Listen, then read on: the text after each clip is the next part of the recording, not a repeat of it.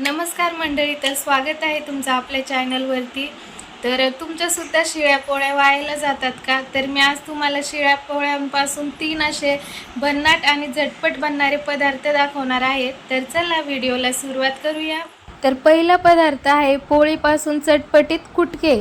तर इथे मी 4 ते 5 शिळ्या पोळ्या घेतलेल्या आहे, रात्रीच्या उरलेल्या। ह्या पोळ्या आपल्याला हाताने अगोदर थोडे बारीक बारीक तुकडे करून घ्यायचे आहेत अशा प्रकारे। आणि मग एक मिक्सरचं भांडं घ्यायचं आहे आणि त्यामध्ये हे तुकडे थोडेसे फिरून घ्यायचे आहेत एकदम बारीक।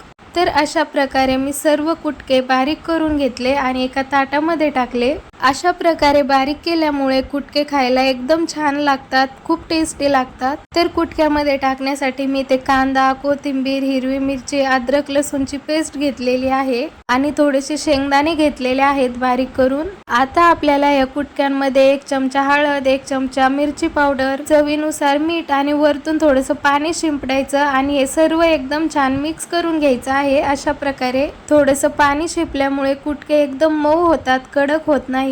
आता गॅसवरती कढई ठेवली, कढईमध्ये 2 ते 3 पळ्या तेल टाकलं। तेल चांगलं गरम झालं की त्यामध्ये जिरे, मोहरी टाकली आणि त्यानंतर लगेच कांदा टाकला, वरतून थोडासा कढीपत्ता टाकला।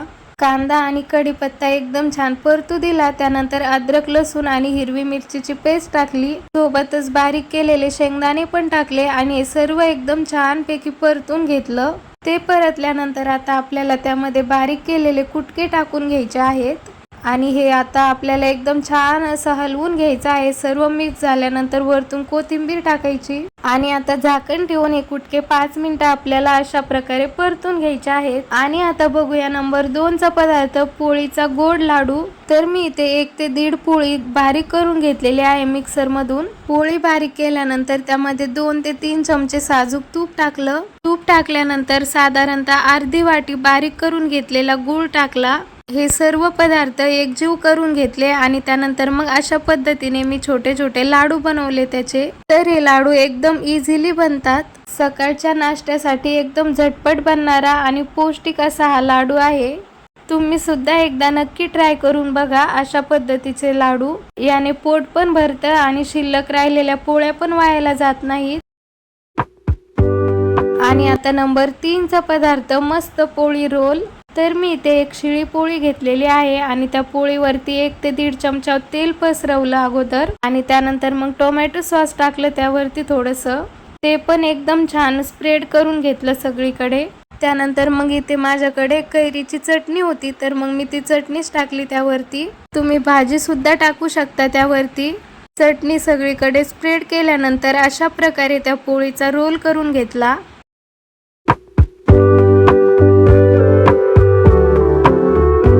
गॅसवरती तवा ठेवला आणि गॅसच्या मीडियम फ्लेमवरती हा रोल एकदम छान प्रकारे आपल्याला तेल टाकून भाजून घ्यायचा आहे। एकदम लालसर आणि कडक होईपर्यंत हा रोल आपल्याला भाजून घ्यायचा आहे।